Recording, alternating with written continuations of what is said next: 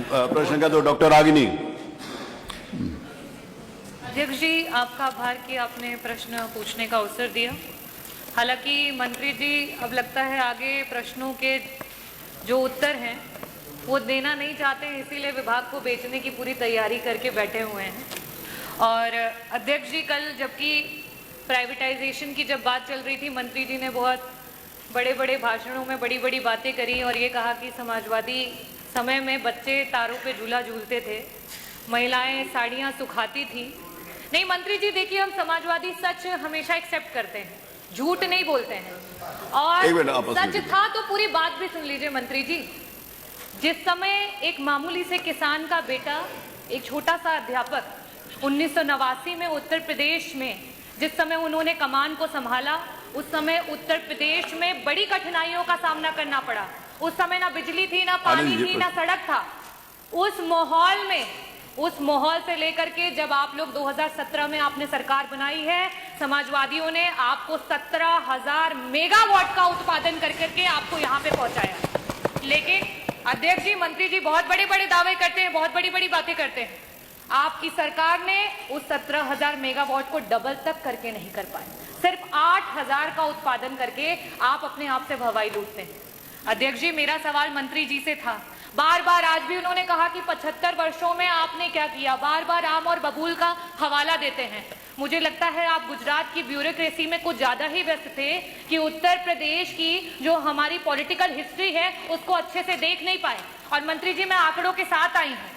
1989 में जब समाजवादी पार्टी की पहली बार सरकार बनी, तब से लेकर के 1989 से 1992 तक 2 वर्ष के लिए सिर्फ सरकार रही। उसके बाद 93 से लेकर के 95, फिर 2003 से लेकर के 2007 और पहली बार पूरी पंचवर्षीय की जो सरकार रही, जिसमें माननीय श्री अखिलेश यादव जी बतौर मुख्यमंत्री जिन्होंने कार्य किया, अपने विजनरी विजन को लेकर के, लीडरशिप को लेकर के पूरे उत्तर प्रदेश को जिस तरीके से उत्पादन बढ़ा करके और बिजली की व्यवस्था को अच्छा किया, वो आज आप उसी की देन है कि यहाँ पे कुछ काम कर पा रहे हैं। और आप क्या कर रहे हैं? आप बिजली विभाग को बेच रहे हैं। मेरा बहुत ही सिंपल सा प्रश्न था आपसे कि जो ट्रांसफार्मर आए दिन क्षतिग्रस्त हो रहे हैं, आप लगा रहे हैं और अगले पल वो ट्रांसफार्मर खत्म हो जा रहे हैं, उनके लिए आपने क्या किया?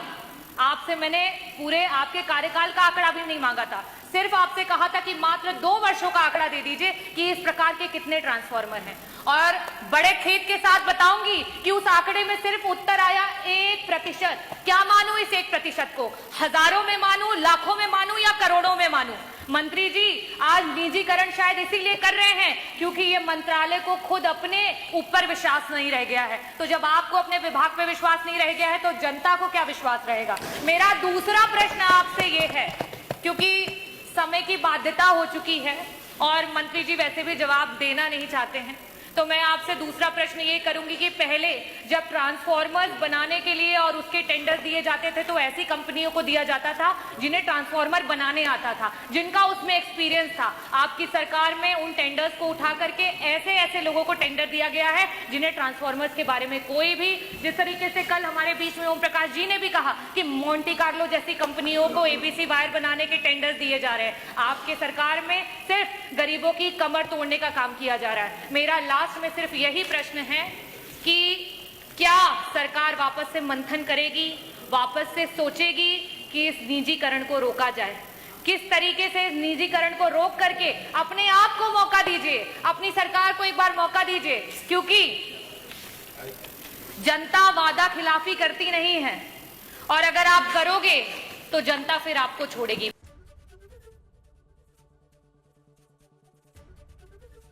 एबीपी गंगा, खबर आपकी, जुबान आपकी।